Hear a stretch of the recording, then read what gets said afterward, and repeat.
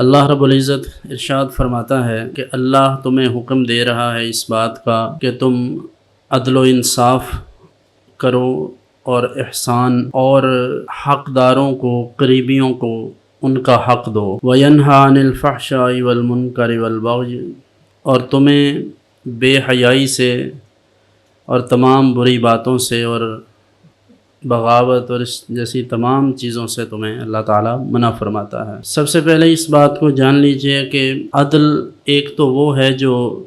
بعد نظر میں ہمیں یہ محسوس ہوتا ہے کہ کسی بھی شخص کے ساتھ عدل و انصاف کے تقاضے پورے کرنا۔ مثلا کسی نے اگر شادی کی ہے تو اپنی بیوی کے ساتھ عدل و انصاف کرے، ماں باپ کا حق ان کو دے، اس سلسلہ میں توازن برقرار رکھے، یعنی بیوی کا حق چھین کر ماں باپ کو نہیں دیا جا سکتا اور ماں باپ کا چھین کر بیوی کو اور بچوں کو نہیں دیا جا سکتا۔ تو ہر ایک کا اپنا اپنا حق ہے۔ ایک تو یہ عدل ہے۔ دوسرا عدل اہل علم نے یہ لکھا ہے کہ اللہ کے برابر کسی کو شریک نہ ٹھہرائے۔ اس آیہ کریمہ میں عدل سے مراد یہ ہے کہ اللہ کی طرح اور الہ نہ بنائے، کسی اور کو واجب الوجود یعنی مستحق عبادت نہ سمجھے، جس طرح کفار مکہ کرتے تھے کہ وہ اپنے اپنے الگ الگ بت رکھے ہوئے تھے انہوں نے، اور الگ الگ کاموں کے لیے بت تھے، ہر ایک کے مخصوص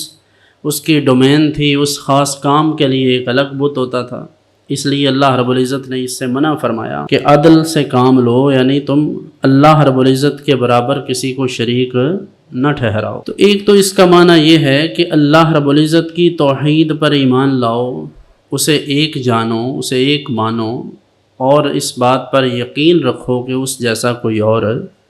نہیں ہے۔ اللہ خود ارشاد فرماتا ہے اللہ الصمد لم یلد ولم یولد، کہ اس کی شان تو یہ ہے کہ نہ وہ کسی کی اولاد ہے اور نہ کوئی اس کی اولاد، وہ ان تمام عوارض بشریہ سے پاک ہے۔ جو تمام چیزیں کسی انسان کو لاحق ہوتی ہیں وہ اللہ رب العزت کے شایان شان نہیں ہیں۔ اسی طرح ایک اچھا انسان، ہم اس سے یہ ایکسپیکٹ نہیں کرتے کہ وہ جھوٹ بولے گا، تو اگر جھوٹ کی نسبت حق تعالی جل شانہ کی طرف کی جائے تو یقیناً یہ بھی کفر ہے، گناہ ہے، عظیم ہے۔ تو اللہ رب العزت کو ایک جاننا، اسے ایک ماننا، اسے وحدہ لا شریک ماننا، اور اس جیسی کسی اور کی صفات نہ ماننا، یعنی یہ ضروری ہے کہ اللہ کی طرح کسی کو کسی سینس میں بھی نہ سمجھا جائے، نہ اسے پرستش کے لائق سمجھا جائے اللہ کے علاوہ کسی کو، نہ ہی اس کے ناموں جیسا کسی کا نام سمجھا جائے،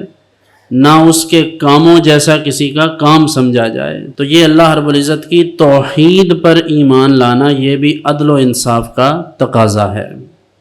دوسری بات، یہی عدل و انصاف اس باب میں بھی، یعنی اس حوالے سے بھی چاہیے کہ اللہ رب العزت نے اپنے جن پیغمبروں کو دنیا میں بھیجا ہے ان تمام انبیاء کرام علیہم السلام پر ایمان لانا، اور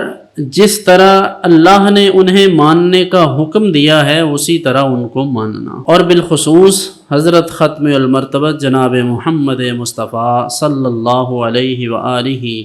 واصحابہ وبارک وسلم، آپ کی ذات گرامی کو خاتم النبیین ماننا، یہ بھی عدل کے تقاضوں کے مطابق ضروری ہے۔ یعنی اللہ یہ حکم فرماتا ہے کہ جہاں تم اپنے باقی معاملات میں عدل و انصاف کے پابند ہو، وہیں تم اس بات کے بھی پابند ہو کہ اپنے ایمان کی اور اپنے عقیدے کی حفاظت کرو۔ اللہ رب العزت نے جہاں اپنی توحید پر ایمان لانے کا حکم دیا ہے، وہیں حضور صلی اللہ علیہ وسلم کے خاتم النبیین ہونے پر ایمان لانا بھی ہمارے لیے ضروری قرار دیا۔ آج بھی اس بات کی ضرورت ہے کہ ہم اپنے دنیاوی مقاصد کے لیے، چھوٹے چھوٹے مفادات کے لیے، بہت ہی سطحی اور سفلی قسم کے مقاصد کے لیے ایسے لوگوں کے قریب نہ بیٹھیں جو اللہ اور اس کے رسول سے بغاوت کرتے ہیں۔ اللہ تبارک و تعالیٰ قرآن حکیم میں ارشاد فرماتا ہے کہ لا تجد قوما یؤمنون باللہ والیوم الآخر یوادون من حاد اللہ ورسولہ ولو کانوا آباءہم وابناءہم واخوانہم وعشیرتہم، فرمایا کہ تمہیں مومنوں کی جماعت میں کوئی ایسا نہیں ملے گا جو اللہ اور اس کے رسول کے دشمنوں سے محبت رکھتا ہو۔ اس لیے تمام رشتے، تمام تعلقات، تمام کاروبار حیات اور ہر طرح کی آپ کی تجارتی اور معاشی اور معاشرتی ایکٹیویٹیز وہ اس بات سے مشروط ہیں کہ ہماری وفاداری اور جو ہماری لازوال محبت کا اور وفاداری کا رشتہ ہے وہ صرف اور صرف محمد مصطفیٰ صلی اللہ علیہ وسلم سے ہے۔ جہاں حضور کی ذات گرامی پر حرف آئے گا، جہاں حضور کی ذات گرامی سے تعلق کمزور ہوگا، وہاں ہم ہر رشتہ چھوڑ دیں گے۔